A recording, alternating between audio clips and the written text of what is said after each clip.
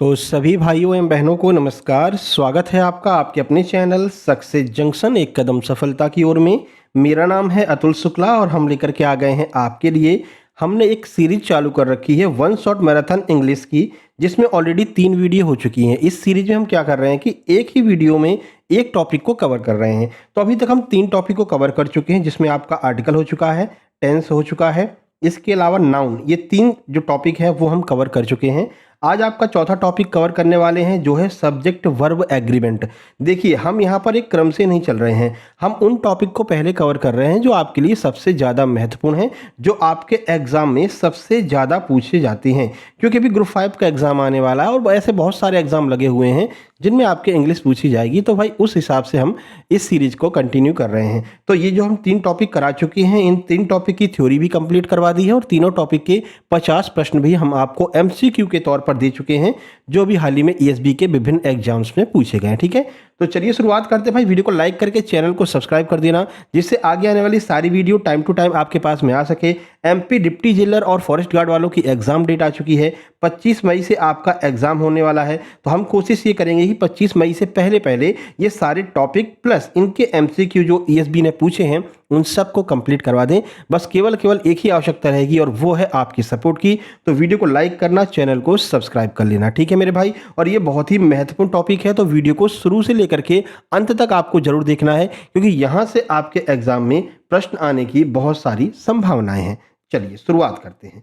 आइए पहली स्लाइड पर चलें। सबसे पहले बेसिक आपको पता होना चाहिए कि भाई क्रिया और ये जो आपका सब्जेक्ट और वर्ब है, इनमें एक एग्रीमेंट होता है, यानी कि विषय और क्रिया में समझौता होता है। भाई हम इस तरह से काम करने वाले हैं जैसे 2 देश मिलकर के किसी चीज़ पर समझौता करते हैं। अभी ईरान अमेरिका समझौता कर ही नहीं रहा है ना। और अपने मोदी जी कहीं पर भी जाते हैं भाई, शांति को लेकर के बहुत ज़्यादा सशक्त रहते हैं, बहुत ज़्यादा आशान्वित रहते हैं और जो है अपना ये समझौता वगैरह करते रहते हैं। ठीक है, तो यही है सब्जेक्ट और वर्ब में हमें एग्रीमेंट करवानी है, इनकी दोस्ती करवानी है कि क्या क्या कैसे यूज होगा। तो आइए पूरी जानकारी आपको देते हैं। सबसे पहले है the golden rule. Golden rule क्या कहता है, अगर सिंगुलर सब्जेक्ट है तो भाई जो क्रिया होगी ना वो भी हमें सिंगुलर ही देखने को मिलेगी।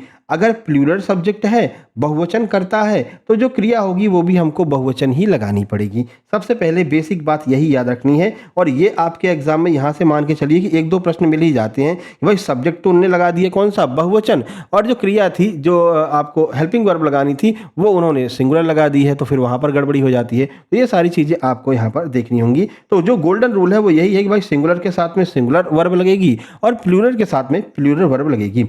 वाक्य का सब्जेक्ट बनने के लिए शब्द को नाउन या प्रोनाउन होना आवश्यक है। केवल नाउन और प्रोनाउन, यही 2 ऐसी चीजें हैं जो सब्जेक्ट बन सकती हैं। इसके अलावा बाकी सारी चीजें ऑब्जेक्ट काउंट की जाएंगी। अभी ये नियम आपको आगे बहुत काम आने वाला है, तो ये बात आपको ध्यान रखना है। ठीक है, तो विषय और क्रिया के बीच नंबर यानी संख्या का मेल होना आवश्यक है। भाई जो काउंटेबल चीजें होंगी वही नाउन कहलाएंगी, है ना। अनकाउंटेबल चीजें कभी भी नाउन नहीं बन सकती हैं। अब सॉरी, मतलब कि कर्ता नहीं बन सकती हैं, सब्जेक्ट नहीं बन सकती हैं, नाउन तो बन ही सकती हैं। अब देखो मूल नियम क्या है। मूल नियम है एस और ईएस का रहस्य। आप कहीं पर भी देखेंगे कहीं पर एस लगा रहता है, कहीं पर ईएस लगा रहता है। ऐसा क्यों होता है, हम वॉज ही क्यों लिखते हैं और हैज ही क्यों लिखते हैं, डज ही क्यों लिखते हैं अगर हम एक वचन बना रहे हैं। तो ये आपको एस या ईएस हर जगह लगा मिलता है। तो इसका आखिर फॉर्मूला क्या है, क्यों इसको लगाते हैं, तो अभी आपको बता देते हैं। देखिए, नाउन के साथ में अगर आप एस और ईएस लगा रहे हैं तो वो आपका प्लूरल यानी कि बहुवचन बन जाएगा। ठीक है, कोई भी काउंटेबल चीज़ है अगर आप उसके साथ में एस और ईएस लगा देते हैं तो वो बहुवचन बन जाती है। जैसे कि बॉय के साथ में अगर आप एस लगा देंगे तो बॉयज यानी कि बहुवचन बन जाएगा, है ना। ये नाउन रूल कहता है। लेकिन अगर आप वर्ब के साथ में एस और ईएस लगा देंगे तो वर्ब सिंगुलर बन जाएगी। जैसे ये गो है, ये एक वर्ब है, इसमें आपने एस और ईएस यानी कि गोज कर दिया तो ये क्या हो गई, ये सिंगुलर हो गई। ठीक है ना, तो इस तरह से आपको ध्यान रखना है। अब देखिए, यह नियम सबसे ज्यादा भ्रामक होता है, सबसे ज्यादा कंफ्यूजन आपको इसी नियम में देखने को मिलता है। वर्ब में एस लगाने का मतलब है कि वो सिंगुलर हो जाएगी। अगर आप वर्ब में एस लगा दोगे तो वो सिंगुलर हो जाएगी। जैसे जैसे एग्री है, एग्री में एस लगा दो तो एग्रीज यानी ये सिंगुलर हो जाएगी। प्ले है, प्ले में एस लगा दो प्लेज यानी सिंगुलर हो जाएगी। इज है, हैज है, वॉज है, डज है, इन सब में आपको लास्ट में एस लगा हुआ मिलता है। तो ये एस अगर कोई आपसे पूछे कि भैया हम डज ही क्यों लिखते हैं, वॉज ही क्यों लिखते हैं, तो उनको बताना कि सर अगर हम वर्ब में एस लगा देंगे ना तो अपने आप ही सिंगुलर हो जाती है। इसलिए जितनी भी सिंगुलर वर्ब हैं उनके साथ में हमको लास्ट में एस लगा मिलता है। जैसे इज हो गया, वाज हो गया, डज हो गया, हैज हो गया, ये सब सिंगुलर हेल्पिंग वर्ब है, इनके साथ में एस लगा हुआ मिलता है। अब यहाँ पर समझिए, जैसे ही एग्रीज, ठीक है, ही क्या है, सिंगुलर है, एग्रीज क्या है, सिंगुलर है, ठीक है, तो सिंगुलर करता था, सिंगुलर वर्ब भी हमने लगा दी तो बिल्कुल सही हो जाएगा। दे एग्री, दे क्या है, प्लूरल है, इसके साथ में एग्री एस नहीं लगा हुआ है तो ये भी प्लूरल वर्ब हो गई। तो प्लूरल कर्ता के साथ में प्लूरल वर्ब का भी इस्तेमाल किया जाता है। ये भी कंफ्यूजन आपकी एकदम दूर हो जानी चाहिए, ठीक है। अब ये पता चल गया ना कि हम इज ही क्यों लिखते हैं, हैज क्यों लिखते हैं, डस क्यों लिखते हैं, ये क्लियर हो गया ना, तो ये भी आपको ध्यान रखना है। अब आगे बढ़ते हैं, एनसीईआरटी की पॉइंट क्या कह रहा है, नाउन और वर्ब एक दूसरे के विपरीत तरीके से प्लूरल बनते हैं। तो ये तो आपको समझ में आ गया है, अगर नाउन में एस लगा देंगे तो वो प्लूरल बन जाएगा, जबकि अगर वर्ब में एस लगा देंगे तो वो सिंगुलर बन जाएगी, ठीक है ना। तो ये एक दूसरे के अपोजिट होते हैं। चलिए आगे बढ़ते हैं, धीरे धीरे सारी चीज़ें आपको समझ में आएंगी, सारे नियम जो है क्लियर कर देंगे यहाँ से, जिससे कि आपकी इंग्लिश पर अच्छी खासी पकड़ हो जाए। यही हमारा उद्देश्य है एग्जाम से पहले पहले। चलिए आगे बढ़ने से पहले आप लोग बता दें, जैसा कि आप जानते हैं, चाहे एमपीएसआई प्री का एग्जाम हो या फिर आपका एमपी पुलिस कांस्टेबल का फाइनल रिजल्ट हो, हमारे सुपर सिलेक्शन नोट्स से आपने देखा है बहुत सारे स्टूडेंट यहाँ पर सिलेक्शन लिया, बहुत सारे स्टूडेंट्स ने शॉर्ट्स वीडियो आप जाकर के देख सकते हैं, शॉर्ट्स वीडियो में सारी चीज़ें बताई गई हैं। तो अभी हमने आपके जो एमपी डिप्टी जेलर, जेल प्रहरी और वन रक्षक एग्जाम के लिए कंप्लीट सुपर सिलेक्शन नोट्स तैयार किए हैं, जिसमें आपको सभी सब्जेक्ट जैसे कि हिंदी हो गया, इंग्लिश हो गया, जीके हो गया, एमपी जीके हो गया, साइंस हो गया, मैथ हो गया, इन सब के कंप्लीट सुपर सिलेक्शन नोट्स मिलने वाले हैं। इसके साथ में आपको कंप्लीट प्रैक्टिस सेट मिलेगा, साथ ही साथ में जो मॉक टेस्ट हमने करवा रखी है और जो आगे करवाने वाले हैं उन सभी मॉक टेस्ट की पीडीएफ भी आपको यहाँ पर मिलने वाली है। और इसमें भी सबसे ज़्यादा महत्वपूर्ण जो है वो है आपका सुपर रिवीजन नोट्स।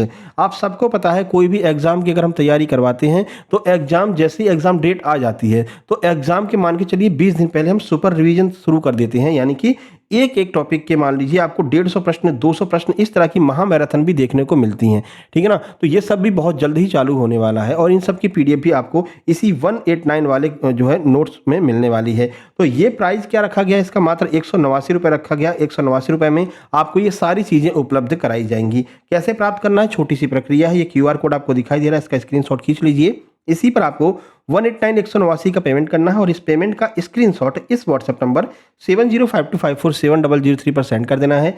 जैसे आप स्क्रीनशॉट सेंड करेंगे इसी नंबर से आपके पास में complete super selection notes send कर दी जाएंगे, प्रैक्टिस सेट, मॉक टेस्ट सब सेंड कर दिया जाएगा पीडीएफ फॉर्म में। साथ ही साथ में आपको व्हाट्सएप ग्रुप में जोड़ दिया जाएगा, जहां पर आगे की जितने भी आपके मान लीजिए मॉक टेस्ट होने वाले हैं या फिर महामैराथन होने वाली हैं, उन सब की पीडीएफ आपको वहां पर मिलती रहेगी एग्जाम के लास्ट डे तक।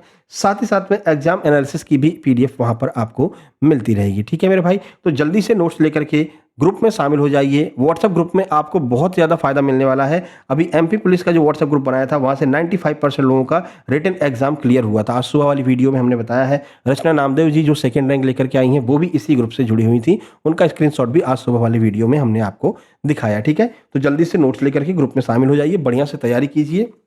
मात्र 189 रुपये में आपका पूरा सिलेबस अच्छे से कंप्लीट हो जाएगा।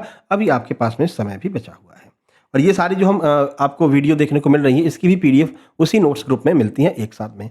चलिए अब हम एंड की बात देख लेते हैं। ये एंड से भी बहुत ज़्यादा प्रश्न आपके एग्जाम में देखने को मिलता है। तो भाई एंड का रूल क्या होता है, एंड का नियम क्या कहता है, तो देखो जब एंड दो लोगों को जोड़ता है, दो चीज़ों को जब एंड जोड़ता है तब क्या होगा, तो सब्जेक्ट 1 लगा हो, बीच में एंड लगा हो, सब्जेक्ट 2 लगा हो, तो फिर हमको प्लूरल वर्ब का इस्तेमाल करना होगा, क्योंकि इस वक्त इस स्थिति में जो एंड है वो दो लोगों को जोड़ रहा है और दोनों अलग अलग लोग हैं। जैसे Ram and Shyam are friend, अब ये दो लोग अलग अलग हैं ना, तो इस वजह से हम यहाँ पर आर का प्रयोग करेंगे, यानी कि प्लूरल वर्ब का प्रयोग करेंगे।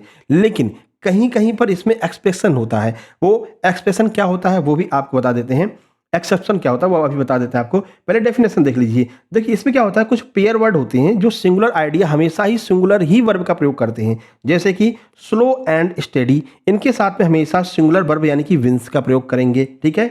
लॉ एंड ऑर्डर, इनके साथ में हमेशा इज का प्रयोग करेंगे। राइस एंड करी, इसके साथ में भी सिंगुलर वर्ब का प्रयोग करेंगे, ठीक है। तो ये एक प्रकार के एक्सेप्शंस होते हैं, इनका भी आपको ध्यान रखना है। नॉर्मली एंड क्या करता है, दो लोगों को जोड़ता है और हमेशा अपने साथ में जो प्लूरल वर्ब का प्रयोग करता है। लेकिन ऐसी दो चीजें जो एक ही बात को बता रही हों, जैसे कि यहाँ पर देखिए bread and butter is the favourite food. अब ये ब्रेड एंड बटर ये दोनों एक साथ में खाए जाते हैं, अलग अलग तो खाए नहीं जाते हैं, और ये दोनों एक ही चीज को बता रहे हैं, भैया ब्रेड और बटर एक प्रकार की डिश होती है। तो जब ये दोनों मिलकर के एक ही चीज के बारे में बताते हैं तो ऐसी स्थिति में भले ही यहाँ पर एंड लगा हुआ है लेकिन हम यहाँ पर सिंगुलर वर्ब का प्रयोग करते हैं। तो यहाँ पर देख सकते हैं जब दो शब्द एक ही विचार, सिंगुलर आइडिया या वस्तु को दर्शाते हैं तो वर्ब हम सिंगुलर ही लगाते हैं।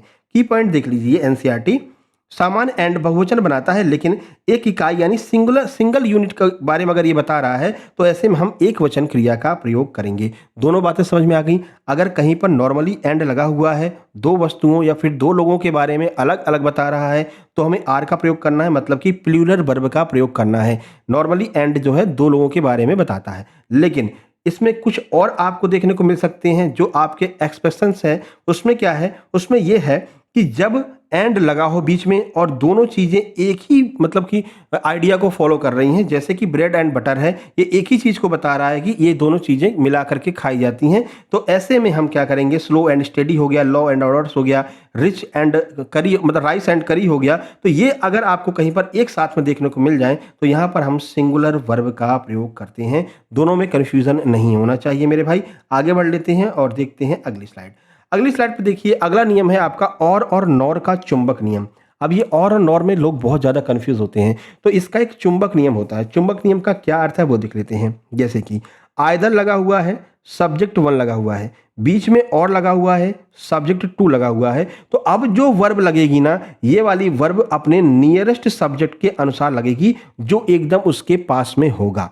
ठीक है, और यही नियम आपको आइदर और, neither nor, not only but also, और नॉर, ये हर जगह आपको ये सारी चीज़ें अगर कहीं पर भी देखने को मिल जाती हैं तो आपको ये ध्यान रखना है कि जो हम वर्ब लगाएंगे वो नियरेस्ट वाले के अकॉर्डिंग लगाएंगे, जो एकदम वर्ब के पास वाला जो कर्ता होगा उसके अनुसार वर्ब लगाएंगे। कैसे, यहाँ पर देखिए, क्रिया वर्ब हमेशा उस कर्ता यानी सब्जेक्ट के अनुसार होती है जो उसके सबसे करीब होता है। जैसे neither the teacher nor the students are ready, हमने यहाँ पर आर लगाया है। अब आर क्यों लगाया है, इसके नियर कौन सा सब्जेक्ट है, तो नॉर और आर के बीच में कौन सा सब्जेक्ट है, वो है आपका स्टूडेंट्स, और ये यहाँ पर प्लूरल है ना, बहुवचन है। इस वजह से हमने क्या किया है, यहाँ पर आर का प्रयोग किया है। तो ऐसा ही आपको ध्यान रखना है, कहीं पर आपको आइदर और, neither nor, not only but also, और नॉर देखने को मिल जाए तो अपने नियरेस्ट के अकॉर्डिंग वो सब्जेक्ट, जो नियरेस्ट सब्जेक्ट होगा उसके अकॉर्डिंग ही वो सहायक क्रिया लेगा। ये बात आपको दिमाग में सेट कर लेना है। वाक्य में वर्ब हमेशा अपने नजदीकी सब्जेक्ट के एग्रीमेंट से बनती है, ये आपको ध्यान रखना है। वर्ब के एकदम पास में जो होगा, भाई चुंबक का क्या काम होता है, चुंबक के पास में किसी भी चीज को ले जाओ, अगर वो लोहे की चीज है तो अपने ओर आकर्षित कर लेती है। तो वही चुंबक नियम यहाँ पर फॉलो करता है इन सारी चीजों में, आइदर और, neither nor, not only but also, और नॉर में। ये चुंबक नियम क्या करता है, जो अपने एकदम नजदीक होता है सब्जेक्ट, उसी के अकॉर्डिंग काम करता है, उसी के अकॉर्डिंग वर्ब को लेता है। यह ध्यान रखना है, ठीक है। आगे बढ़ लेते हैं और अगला नियम देखते हैं। अगला नियम देखो, अगला है छलावे वाले शब्द। अब ये छलावे वाले शब्द कौन से होते हैं, तो ये होते हैं प्रीपोजिशन। प्रीपोजिशन में सिस्टम बदल जाता है। क्यों बदल जाता है, कौन कौन से शब्द प्रीपोजिशन के होते हैं जहां पर ये सिस्टम चेंज हो जाएगा, वो देखते हैं। जैसे ऑफ हो गया, विद हो गया, along विद हो गया, टुगेदर विद हो गया, एज वेल एज हो गया, बिसाइड्स हो गया, इन एडिशन टू हो गया। ये शब्द कहीं पर भी आपको देखने को मिल जाएं तो ऐसी स्थिति में जो वर्ब लगेगी वो पहले वाले कर्ता के अनुसार लगती है। ऐसा क्यों होता है वो यहाँ पर देख लीजिए। प्रीपोजिशन के बाद आने वाला नाउन हमेशा ऑब्जेक्ट होता है, वो सब्जेक्ट नहीं माना जाता, ठीक है। तो प्रीपोजिशन के बाद में कोई भी नाउन आ जाए वो सब्जेक्ट नहीं होगा, ऑब्जेक्ट होगा, और ऑब्जेक्ट के अनुसार थोड़ी ना हम यहाँ पर वो लगाते हैं, मतलब सहायक क्रिया लगाते हैं, हम तो सब्जेक्ट के अनुसार लगाते हैं। इस वजह से जैसे ये लिखा हुआ है, the colour of the pens is good.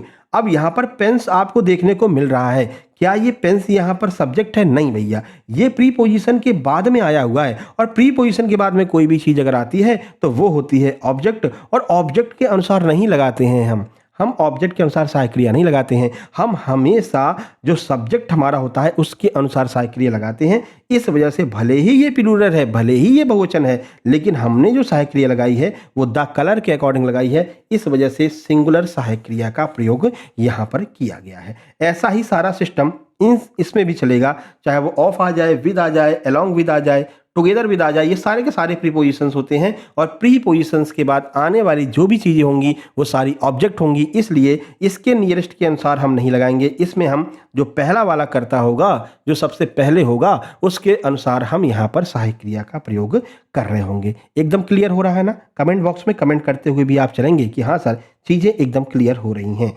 देखो, प्रीपोजिशनल फ्रेज जैसे कि ऑफ द बॉयज को नजरअंदाज करें, मुख्य कर्ता मेन सब्जेक्ट को खोजें, और मेन सब्जेक्ट क्या है, द कलर है, और इसी के अकॉर्डिंग हमने यहाँ पर सहायक क्रिया लगाई है। अगला नियम देख लेते हैं, यह है आपका अनिश्चित सर्वनाम। अनिश्चित सर्वनाम जो होंगे वो हमेशा एक वचन होते हैं। अब ये अनिश्चित सर्वनाम कौन कौन से होते हैं, जैसे ईच हो गया, एवरी हो गया, everyone, someone, nobody, none, either, neither, ये सारे जो होते हैं ना, ये हमेशा एक वचन जो आपकी साइक्रिया होती है उसको फॉलो करते हैं। देखिए एवरी केवल एडजेक्टिव है, यह सब्जेक्ट नहीं बन सकता, ये आपको ध्यान रखना है। ये जो एवरी है ना, ये सब्जेक्ट नहीं बन सकता क्योंकि यह एडजेक्टिव होता है। और ईच जो है, ईच एक प्रोनाउन है और ईच सब्जेक्ट बन सकता है, ठीक है। तो ईच और एवरी में हमेशा कंफ्यूजन होता है, इस कंफ्यूजन को समाप्त कर लीजिए। एवरी कभी भी सब्जेक्ट नहीं बन सकता है, क्यों? क्योंकि एवरी एडजेक्टिव होता है। और ईच सब्जेक्ट बन सकता है, क्यों? क्योंकि ईच जो है वो प्रोनाउन होता है। और हमने आपको सबसे पहली वाली स्लाइड में बताया था कि नाउन और प्रोनाउन होना आवश्यक है। किसी भी चीज को अगर सब्जेक्ट बनाना है तो वो या तो नाउन हो या तो वो प्रोनाउन हो, ठीक है। तो यहां पर ये बात भी आपकी क्लियर हो गई। देखिए ये हमेशा जितनी भी चीजें ये आपको दिखाई दे रही हैं, ये हमेशा सिंगुलर वर्ब के साथ में जुड़ी रहेंगी। ये शब्द दिखने में समूह लगते हैं, कलेक्टिव लगते हैं ना, कि बहुत सारे लोग होंगे यहाँ पर। भाई एवरी की बात कर रहे हैं तो बहुत सारे लोग होंगे, है ना। और आइदर की बात करना, आइदर की बात कर रहे हैं तो ये बहुत सारे लोग होंगे। लेकिन ध्यान रखना है, ये शब्द दिखने में समूह लग सकते हैं, लेकिन व्याकरण में ये सिंगुलर वर्ब माने जाते हैं, मतलब सिंगुलर माने जाते हैं और सिंगुलर वर्ब को ही ये लेते हैं। जैसे देख लीजिए, everybody is required to clear their dues, यानी कि जितने भी लोग हैं उन सब को ये कहा जा रहा है कि अपने जो भी बकाया है उसको क्लियर कर लीजिए। तो एवरीबडी के साथ में हमने यहाँ पर इज का प्रयोग किया है। तो ध्यान रखना, ये जितने भी आपको दिखाई दे रहे हैं, चाहे वो ईच हो, चाहे वो एवरी हो, नोबडी हो, समवन हो, नन हो, नाइदर हो, आइदर हो, इनके साथ में हमेशा सिंगुलर वर्ब का प्रयोग करेंगे। ईच एवरी वाले वाक्यों में सब्जेक्ट और वर्ब दोनों हमेशा एक वचन होते हैं। तो ध्यान रखना, ईच और एवरी में सब्जेक्ट हो और वर्ब ये दोनों हमेशा एक वचन ही होगा। ये की पॉइंट भी आपको याद रखना है। अब अगला होता है आपका जो ए नंबर ऑफ और द नंबर ऑफ। इनमें भी बहुत कंफ्यूजन होता है कि कहाँ पर हमको सिंगुलर वर्ब लगाना है, कहाँ पर हमें प्लूरल वर्ब लगाना है। तो यहाँ पर ये चीज़ भी आपकी क्लियर हो जाएगी। देखिए जो ए नंबर ऑफ होता है ना, ये क्या करता है कि आइडेंटिफाइड क्वांटिटी, ये क्वांटिटी को दर्शाता है, यानी कि मात्रा को दर्शाता है, ठीक है। और जो द नंबर ऑफ होता है, ये क्या करता है, डेफिनिट मैथमेटिकल वैल्यू को दर्शाता है, कि जो मैथमेटिकल वैल्यू होती है, मान लीजिए 50 है, ये एक प्रकार की मैथमेटिकल वैल्यू है। और मैथमेटिकल वैल्यू के साथ में हमेशा हम सिंगुलर का प्रयोग करते हैं। तो यहाँ पर अभी आपको एकदम क्लियर हो जाएगा, दोनों का अंतर क्लियर कर देते हैं ए नंबर ऑफ और द नंबर ऑफ में। सबसे पहले हम अगर ए नंबर ऑफ की बात करते हैं, इसकी मीनिंग क्या होती है? इसकी मीनिंग है मैनी, यानी कि बहुत सारे, ठीक है। तो बहुत सारे लोग आपको दिखाई दे रहे हैं, तो ये हमेशा जो ए नंबर ऑफ है, ए नंबर ऑफ का अर्थ होता है मैनी, यानी कि बहुत सारे, ये हमेशा प्लूरल यानी कि बहुवचन वर्ब लेगा। ध्यान रखना, अब ए लगा हुआ है तो ए समझ करके ये मत समझ लेना कि भैया ये ए लगा हुआ है तो ये सिंगुलर वर्ब लेगा, नहीं। ध्यान रखना, ए नंबर ऑफ अगर पूरे की बात करते हैं तो ये हमेशा प्लूरल वर्ब यानी कि बहुवचन जो है अपना वर्ब लेगा, ठीक है। देखिए यहाँ पर एग्जाम्पल देखते हैं। A number of students are standing outside, यानी कि बहुत सारे लड़के बाहर खड़े हुए हैं, ठीक है। तो ये हमेशा ध्यान रखना कि ये मतलब कि जो आपका ए नंबर ऑफ है, ये हमेशा प्लूरल वर्ब का यूज करता है, और यहाँ पर जो नाउन होगा वो हमेशा प्लूरल ही होगा, ठीक है। यहाँ पर देख लेते हैं, द नंबर ऑफ की बात करते हैं तो ये एक स्पेसिफिक बात को दर्शाता है, ठीक है। फिक्स फिगर आपको देता है ना, तो ये एक निश्चित आंकड़ा आपको प्रोवाइड कराता है। इस वजह से इसके साथ में हम सिंगुलर वर्ब का प्रयोग करते हैं, यानी कि एक वचन वर्ब का प्रयोग करते हैं। कैसे? यहाँ पर देख लीजिए, the number of students is increasing, यानी कि कुछ ऐसे लड़के हैं, मतलब कि द नंबर ऑफ स्टूडेंट्स है, थोड़े बहुत जो लड़के हैं वो यहाँ पर इंक्रीज हो रहे हैं, यानी कि बढ़े हैं। जैसे किसी क्लास में मान लीजिए 60 लड़के थे, 10 लड़के बढ़ गए, तो ये एक फिक्स वैल्यू हो गई। ये हमेशा एक फिक्स वैल्यू को दर्शाता है कि इतने लड़के बढ़े हुए हैं। और मैथमेटिकल चीज़ जहाँ पर भी आ जाती है, यानी फिक्स वैल्यू जहाँ पर भी हमको देखने को मिलती है, वहाँ पर हम द नंबर ऑफ का प्रयोग करते हैं। इस वजह से यहाँ पर सिंगुलर नाउन का प्रयोग करेंगे, ठीक है। तो ऐसे ध्यान रखना है कि द जो चीज़ है, द अगर आगे लगा हुआ है तो आप सिंगुलर नाउन लगाएंगे, और ए लगा हुआ है तो हम प्लूरल जो है वर्ब लगाएंगे। यहाँ से ये कन्फ्यूजन भी आपका क्लियर हो जाएगा। ये एग्जाम सेंटर में बहुत कन्फ्यूजन क्रिएट करते हैं, तो यह आपको ध्यान रखना है। की पॉइंट क्या है? ए नंबर ऑफ बहुवचन क्रिया लेता है, चूंकि द नंबर ऑफ एक वचन क्रिया लेता है, ठीक है। बस इतना ध्यान रखना, जो ए नंबर ऑफ है बहुवचन क्रिया लेगा, जबकि द नंबर ऑफ जो है वो एक वचन क्रिया लेगा। अब जब इसके क्वेश्चंस कराएंगे ना, 3 टॉपिक क्लियर हो जाएंगे। जैसे कि अभी ये आपका सब्जेक्ट वर्ब एग्रीमेंट हो गया, ठीक है। इसके बाद में 2 टॉपिक और करवा देंगे। तो जैसे ये 3 टॉपिक पूरे होंगे, उसके बाद में इन तीनों टॉपिक को मिला करके आपके सामने हम MCQ लेकर के आ जाएंगे। तो जो भी कन्फ्यूजन होगा वो एक साथ में क्लियर हो जाएगा, ठीक है ना। प्रश्न लगा जब आप लगा लेंगे, तो इसीलिए आपको ध्यान रखना है, जो 3 वीडियो ऑलरेडी करा चुके हैं टेंस, नाउन और उसके आर्टिकल के, इसका थ्योरी क्लास भी हो चुकी है और उसके एमसीक्यू भी हो चुके हैं। तो एमसीक्यू आप जा करके जरूर देख लेना, ठीक है, जिससे कि सारी चीज़ें रिवाइज हो जाए और जो कन्फ्यूजन जितनी भी है वो एकदम क्लियर हो जाए। अब यहाँ पर देखते हैं वन ऑफ का एक विशेष नियम होता है, वन ऑफ भी आपको परेशान कर सकता है। इसका क्या नियम होता है, तो देखिए वन ऑफ जो है ना वो हमेशा बहुवचन संज्ञा का प्रयोग करेगा, यानी कि जो नाउन और प्रोनाउन होगा वो यहाँ पर प्लूरल ही मिलेगा वन ऑफ के साथ में, ठीक है। देखिए, और जो क्रिया होगी वो हमेशा सिंगुलर होगी, यानी कि एक वचन होगी। तो देखो आपको जो नाउन देखने को मिलेगा वो हमेशा आपको प्लूरल मिलेगा, जबकि जो वर्ब, जो हेल्पिंग वर्ब होगी या वर्ब होगी वो आपको सिंगुलर ही देखने को मिलेगी।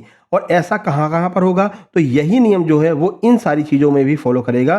कौन कौन सी चीज़ों में, तो ईच ऑफ द कहीं पर लगा है, आइदर ऑफ द लगा है, नाइदर ऑफ द लगा है, तो ये सारे के सारे जो हैं वो all take plural noun singular verb. तो जहाँ पर भी आपको ऑफ द लगा हुआ मिल जाए, वन ऑफ द लगा हुआ मिल जाए, तो ये हमेशा क्या करेगा, प्लूरल नाउन लेगा, यानी कि बहुवचन नाउन लेगा और सिंगुलर वर्ब लेगा। ये दोनों आपको ध्यान रखना है। यहाँ पर एग्जांपल देखिए, one of the plates is broken, है ना। तो यहाँ पर आप ये देख रहे हैं कि ये जो नाउन तो बहुवचन है, नाउन तो प्लूरल है, लेकिन जो हेल्पिंग वर्ब लगा रखी है वो हमने सिंगुलर लगा रखी है। तो ध्यान रखना, वन ऑफ द हमेशा सिंगुलर हेल्पिंग वर्ब या वर्ब और प्लूरल नाउन का प्रयोग करता है। क्लियर। और ये सारी चीज़ें जहाँ पर लगें यही नियम फॉलो करेगा। वन ऑफ के बाद में संज्ञा बहुवचन होती है, लेकिन क्रिया हमेशा एक वचन होती है, ध्यान रखना है आपको। आगे बढ़ लेते हैं। अब कुछ कलेक्टिव नाउन्स होते हैं जहां पर कंफ्यूजन क्रिएट होता है। तो समूहवाचक संज्ञा जो है वो एक है या फिर अनेक है, ये भी हमने आपको नाउन में भी पढ़ाया था ना, और यहां से बहुत प्रश्न आपको देखने को मिलते हैं एग्जाम में।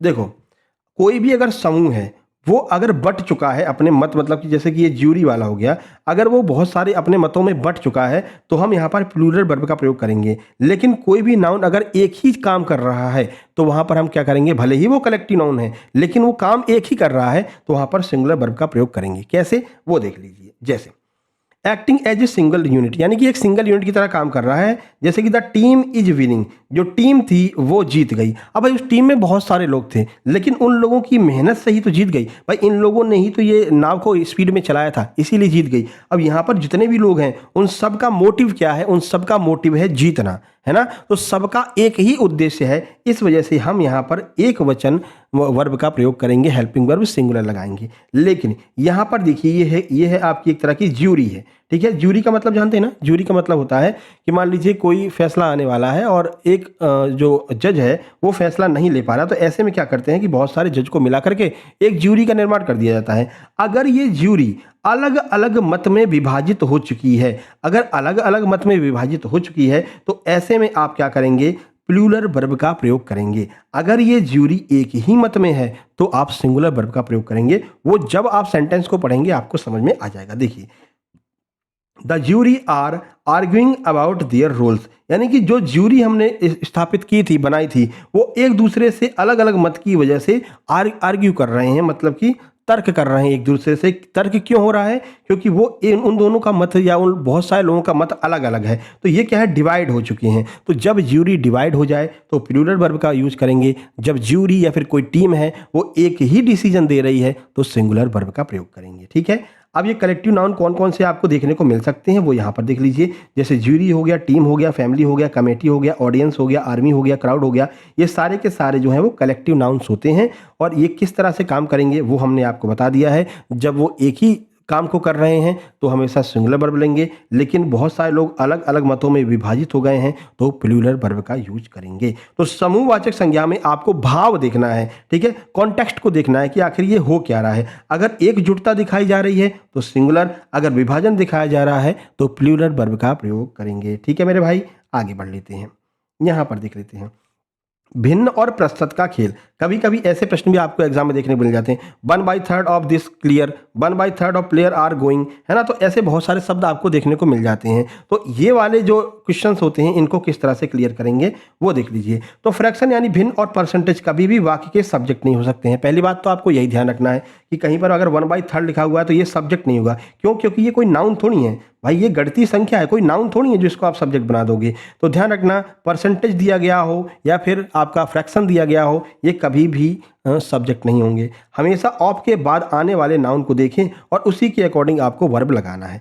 अब यहाँ पर एग्जाम्पल देख लीजिए, 1/3 of the pillar is rotated, यानी कि जो आपके मतलब ये कोई पिलर खड़ा हुआ है, इसका 1/3 जो हिस्सा है वो रोटेट माने कि खराब हो चुका है। तो अब यहाँ पर हम किसके अनुसार लगाएंगे वर्ब, तो हम अब जो वर्ब लगाएंगे ना वो ऑफ के बाद जो नाउन आई है उसके अकॉर्डिंग लगाएंगे। ऑफ के बाद नाउन कैसी है, सिंगुलर है, तो वर्ब सिंगुलर ही लगाएंगे। ठीक है, तो पिलर यहाँ पर सिंगुलर दिया गया तो सिंगुलर लगाएंगे, यानी इज वर्ब का प्रयोग करेंगे। अगर ऐसा दिया गया होता 1/3 of the pillars are rotated, यानी कि जो पूरे पिलर है, मान लीजिए कि 100 पिलर हैं, इसके 1/3 पिलर खराब हो चुके हैं, यानी कि लगभग 33 पिलर जो हैं वो खराब हो चुके हैं। तो ये क्या बता रहा है, ये बहुत सारे पिलर्स के में से जो है कुछ को बता रहा है। तो यहाँ पर आप देखेंगे एस लगा हुआ है, ऑफ के बाद में जो नाउन आए उसके अकॉर्डिंग हमको संज्ञा मतलब कि सहायक्रिया लगानी है। यहाँ पर हमने देखा कि ऑफ के बाद में प्लूरल जो है नाउन आ रहा है, इसलिए संज्ञा जो आपका हेल्पिंग वर्ब होगी वो भी हम प्लूरल ही लगाएंगे। ठीक है, समझ में आ गया। तो जब भी 1/3 दिया गया हो, परसेंट दिया गया हो, तो ऐसे में आपको 1/3 या परसेंट को नहीं देखना है, ऑफ के बाद में जो नाउन आ रही है उसके अकॉर्डिंग आपको वर्ब लगाना रहेगा। यही इसमें जो है पूरा बताया गया है। प्रतिशत या भिन्न वाले वाक्यों में ऑफ के बाद आने वाली संज्ञा का जो संज्ञा होती है वही वर्ब का निर्धारण करती है मेरे भाई। चलो आगे बढ़ लेते हैं। अब दूरी, समय और पैसा वाली जब बात आ जाए तब कैसे हम यहाँ पर क्लियर करेंगे, तब कैसे हम सब्जेक्ट के अनुसार वर्ब को लगाएंगे, आइए वो देख लेते हैं। तो जब समय, दूरी या धन को एक समग्र इकाई होल अमाउंट के रूप में देखा जाता है तो वर्ब सिंगुलर होती है। कैसे, यहाँ पर देखिए 10 kilometres is a long distance, यहाँ पर आगे लगा दिया 10 किलोमीटर्स, यानी 10 किलोमीटर जो है वो एक बहुत बड़ी डिस्टेंस होती है। तो ऐसे में हम यहाँ पर इसका प्रयोग करेंगे, सिंगुलर वर्ब का प्रयोग करेंगे।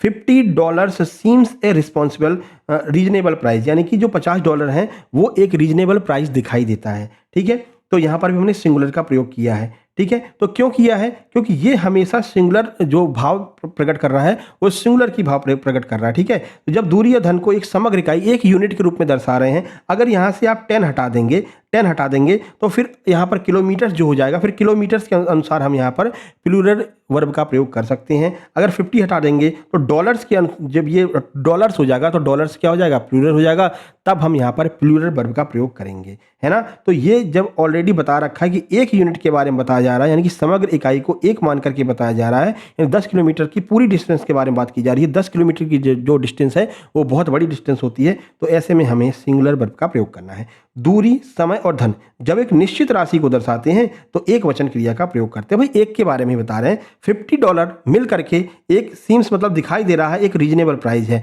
ना। तो वो सारे $50 एक ही चीज़ के बारे में बात कर रहे हैं कि $50 मिल करके एक रीजनेबल प्राइस बन रहे हैं, इस वजह से यहाँ पर सिंगुलर वर्ब का प्रयोग किया जाएगा।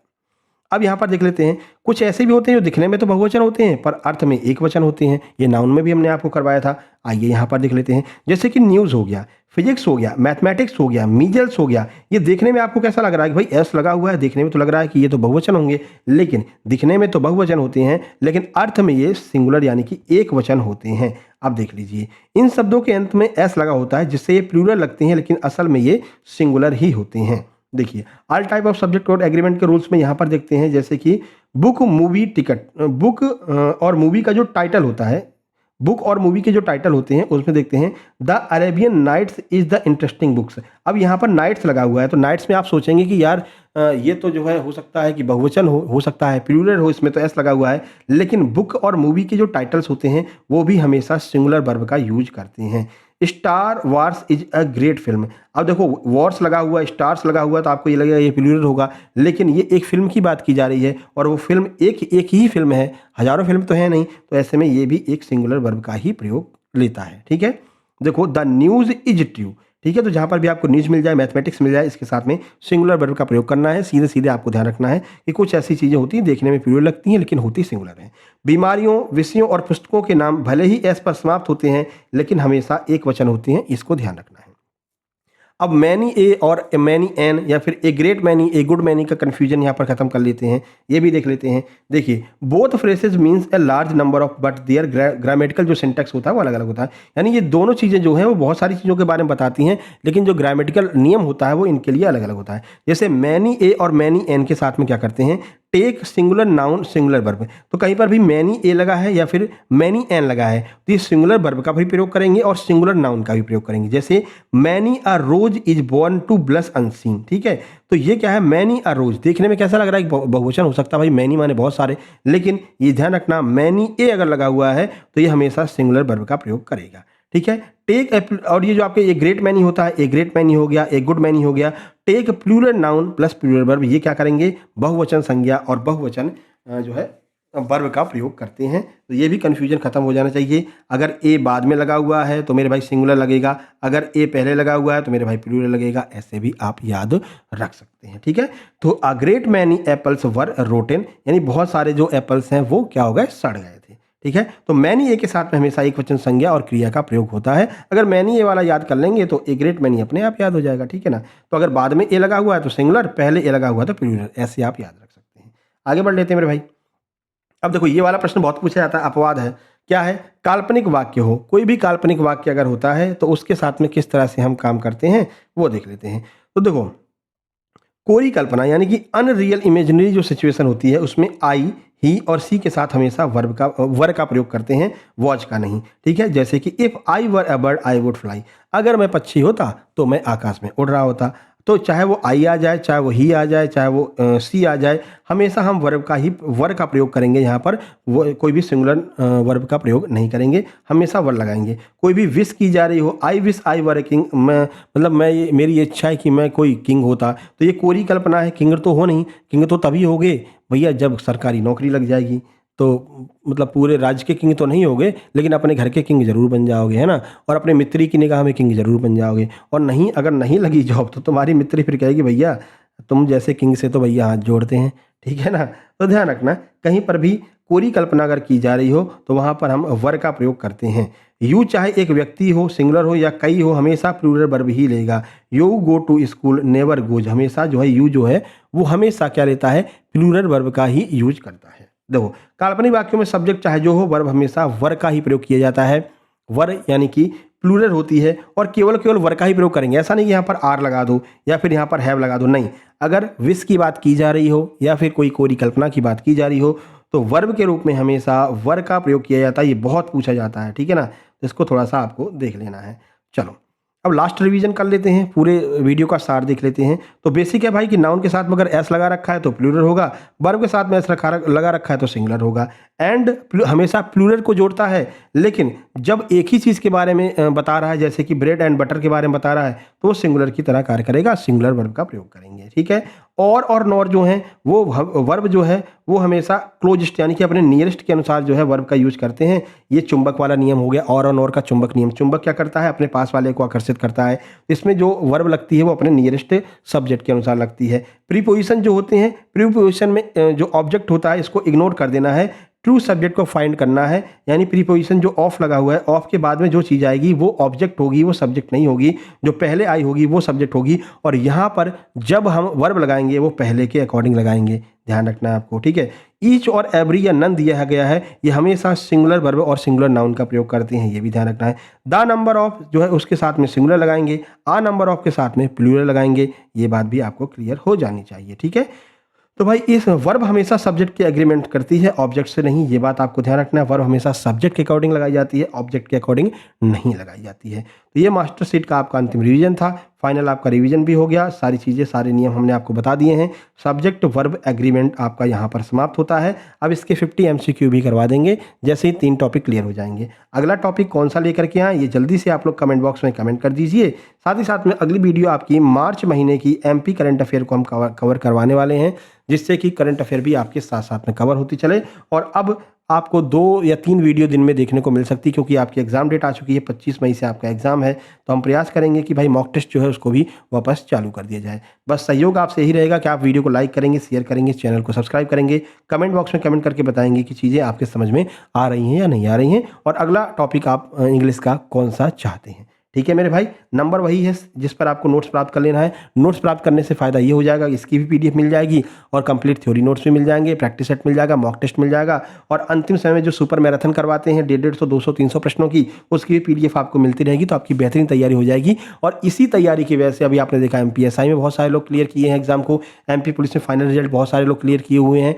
स्क्रीन शॉट्स और शॉर्ट्स वीडियो में जाकर के आप स्वयं देख सकते हैं। ठीक है, चलिए मिलते हैं नेक्स्ट वीडियो में, तब तक के लिए नमस्कार, धन्यवाद।